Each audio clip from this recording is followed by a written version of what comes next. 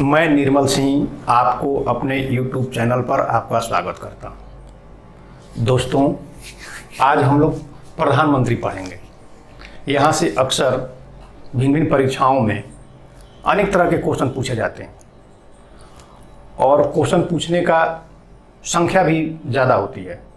तो हम एक एक टॉपिक पर गहराई से विश्लेषण करेंगे, समझेंगे कि प्रधानमंत्री की हमारी लोकतांत्रिक व्यवस्था में क्या भूमिका है, ये कौन कौन से कार्य संपन्न करते हैं, इनकी नियुक्ति कौन करता है, इनका भारतीय लोकतंत्र में क्या स्थान है। समझते हैं इसको मित्रों। तो सबसे पहले भारत में संसदीय व्यवस्था अपनाई गई है। संसदीय व्यवस्था है। अब संसदीय व्यवस्था में दो तरह के प्रधान होते हैं, एक वास्तविक प्रधान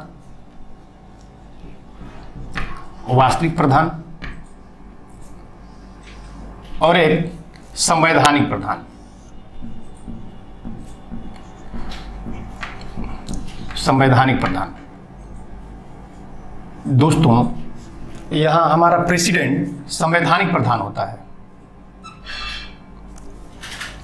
जबकि पीएम वास्तविक प्रधान होता है।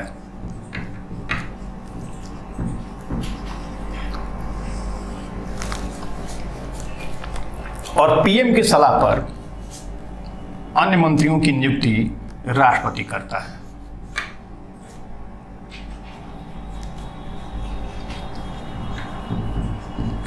अन्य मंत्रियों की नियुक्ति राष्ट्रपति करता है। लेकिन यहां देखने की बात यह है कि यह वास्तविक प्रधान है, लेकिन देश का प्रधान कौन है? राष्ट्रपति।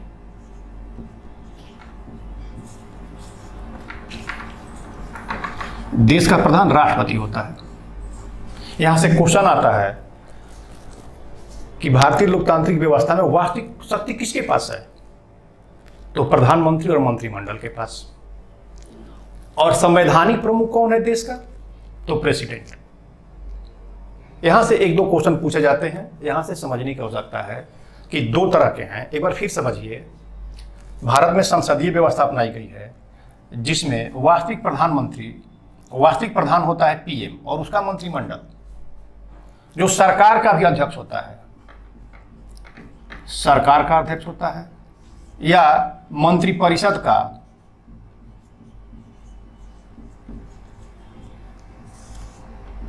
अध्यक्ष होता है। कहने का मतलब है, जब भी मंत्रिमंडल की बैठक होगी, प्रधानमंत्री उसकी अध्यक्षता करता है। तो वास्तविक प्रधान प्रधानमंत्री और संवैधानिक प्रधान राष्ट्रपति हुआ, जो देश का प्रधान भी होता है। अब आगे चर्चा इस बात की करेंगे कि कौन से ऐसे क्वालिफिकेशन, योग्यता है प्रधानमंत्री चुने जाने की। योग्यता मित्रों, मैंने पहले ही बताया था, लोकसभा और राज्यसभा के सदस्य चुने जाने की योग्यता है। तो यहां विशेष रूप से प्रधानमंत्री के लिए विशेष योग्यता का प्रावधान नहीं है। वह क्या हो? लोकसभा, राज्यसभा का सदस्य होना चाहिए।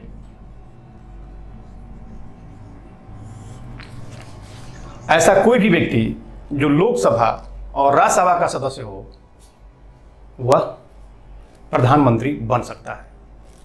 लेकिन यदि वह लोकसभा का भी सदस्य नहीं है और राज्यसभा का भी सदस्य नहीं है, तो मित्रों 6 माह के अंदर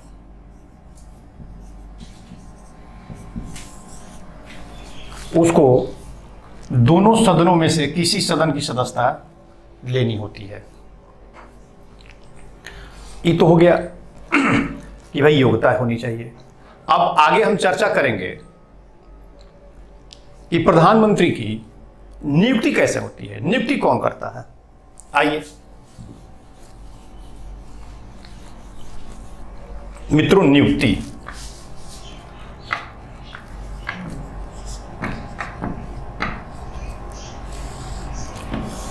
तो पीएम की नियुक्ति प्रेसिडेंट करता है। यहां ध्यान रखने की बात है, क्वेश्चन आता है कि प्रधानमंत्री की नियुक्ति होती है या निर्वाचन। तो मित्रों, नियुक्ति होती है, यहां कंफ्यूज होने की आवश्यकता नहीं है। अब प्रश्न उठता है कि क्या प्रेसिडेंट किसी भी व्यक्ति को प्रधानमंत्री नियुक्त कर सकता है?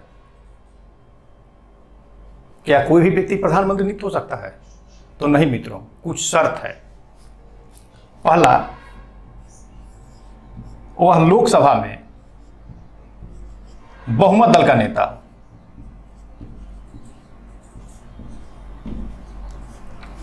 बहुमत दल का नेता होना चाहिए।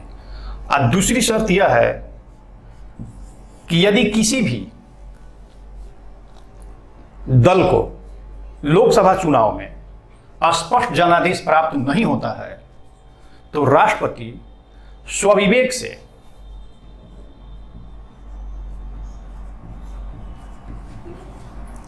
स्वविवेक के आधार पर किसी भी व्यक्ति को प्रधानमंत्री नियुक्त करता है जिसको उसको लगता है कि वह व्यक्ति लोकसभा में बहुमत सिद्ध कर सकता है। अब अगर बहुमत नहीं है और लोकसभा में राष्ट्रपति द्वारा प्रधानमंत्री की नियुक्ति कर दी जाती है तो उसके बाद राष्ट्रपति ये कह सकता है कि आप अपना सदन में बहुमत सिद्ध करिए। ऐसे में प्रधानमंत्री की नियुक्ति होती है, ये शर्त होता है। आगे मित्रों हम चर्चा करेंगे प्रधानमंत्री के त्यागपत्र, कार्यकाल, शपथ आदि। हाँ मित्रों, अब चर्चा करेंगे कि मंत्रिपरिषद का आकार क्या होगा। बड़ा ही चर्चा में रहता है टॉपिक कि प्राइम मिनिस्टर अपने मंत्रिमंडल में कितने लोगों को मंत्री बना सकता है। तो मित्रों, चूंकि बहुत बार ऐसा देखा गया है कि प्रधानमंत्री अपने मंत्रियों को खुश करने के लिए अधिक से अधिक मंत्रियों को सरकार में शामिल किया जाता था पहले, लेकिन 2003 में 91वां संविधान संशोधन के तहत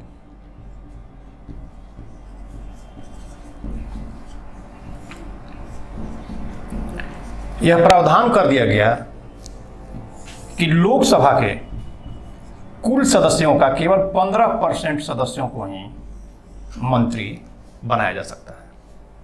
अर्थात केवल 83 व्यक्ति ही मंत्री बन सकते हैं, ऐसा प्रावधान किया गया। आगे देखते हैं कि राष्ट्रपति शपथ आएगी। शपथ प्रधानमंत्री को कौन दिलाता है? तो राष्ट्रपति, प्रेसिडेंट। वेतन भत्ता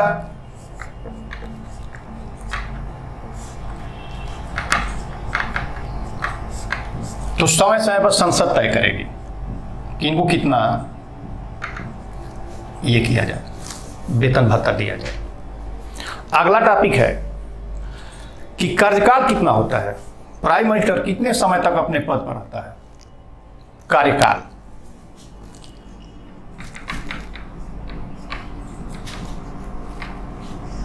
आमतौर पर यह माना जाता है कि 5 वर्ष, प्रधानमंत्री 5 वर्ष के लिए चुना जाता है। लेकिन इसके साथ साथ कुछ और भी चीजें हैं जो समझने की आवश्यकता है। पहला, उसके पास लोकसभा का बहुमत हो, लोकसभा में बहुमत हो, अर्थात लोकसभा में जिस दिन प्रधानमंत्री के पास बहुमत समाप्त हो जाता है उसी दिन प्रधानमंत्री अपने पद से हट सकता है, 5 वर्ष के पहले भी। दूसरी चीज ये देखने की बात है कि एक और शब्द जुड़ा हुआ है, प्रसाद पर्यंत। यहां ध्यान देने की बात है, प्रधानमंत्री प्रेसिडेंट के प्रसाद पर्यंत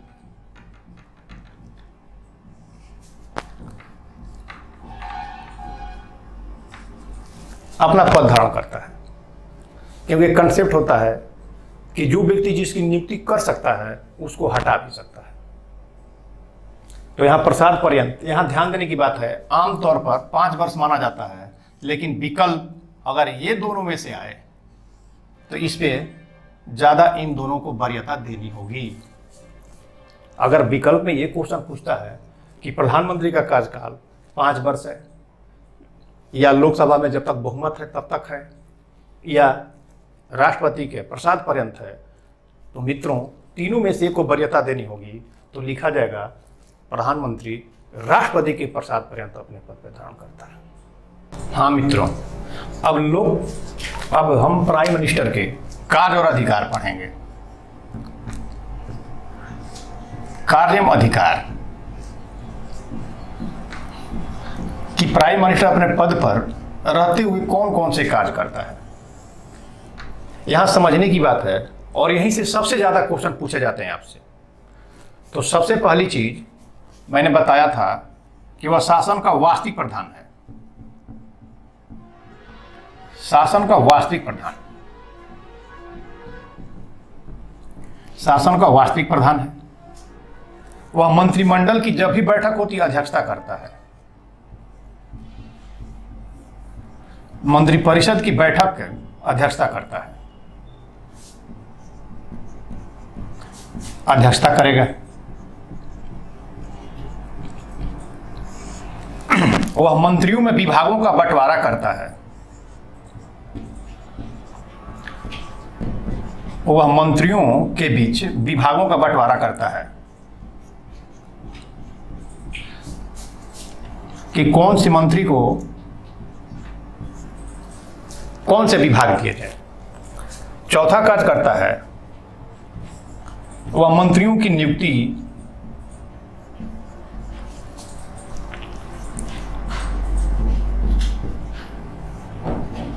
की राष्ट्रपति से सिफारिश करता है, परामर्श देता है। मतलब कोई भी व्यक्ति तभी मंत्री चुना जाएगा जब वह राष्ट्रपति को प्रधानमंत्री परामर्श देगा।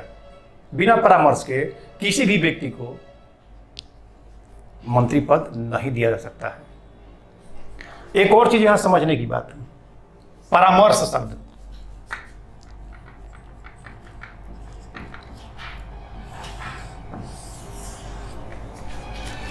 प्रधानमंत्री अर्थात मंत्रिपरिषद, आप इसको संपूर्णता में समझिएगा।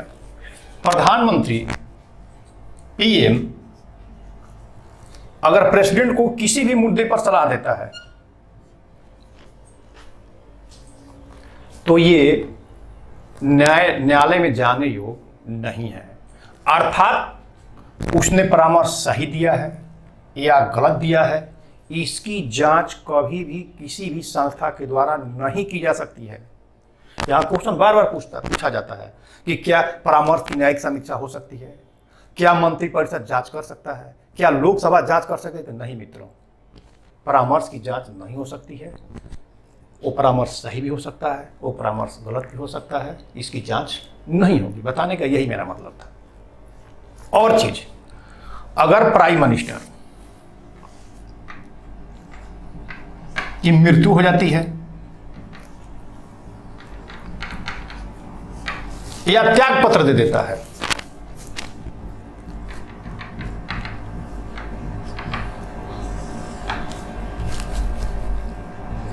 त्याग पत्र दे देता है, तो मंत्रिमंडल विघटित हो जाती है। अर्थात पुनः एक प्राइम मिनिस्टर चुना जाएगा और वो प्राइम मिनिस्टर पुनः अपने मंत्रिमंडल के सदस्यों को चुनेगा। यहां ध्यान देने की बात है। और एक चीज, मंत्रिपरिषद सामूहिक रूप से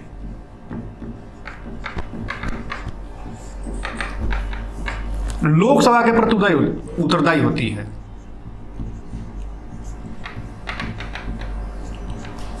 क्वेश्चन बार बार पूछता है कि केंद्रीय मंत्रिमंडल किसके प्रति उत्तरदायी है, तो लोकसभा के प्रति।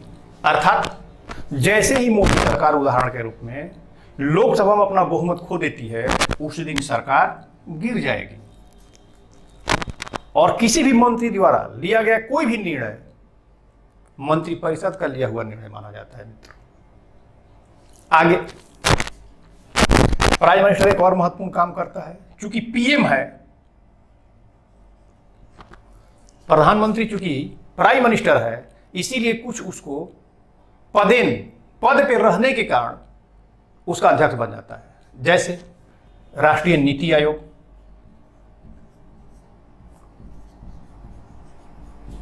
आप लोगों को याद होगा मित्रों, पहले ये योजना आयोग था।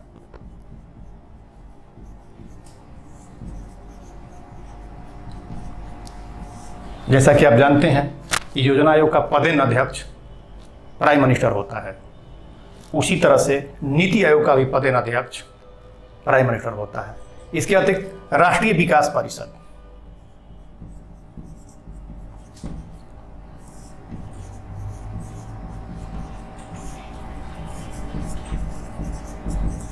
इसका भी पदेन अध्यक्ष प्राइम मिनिस्टर होता है।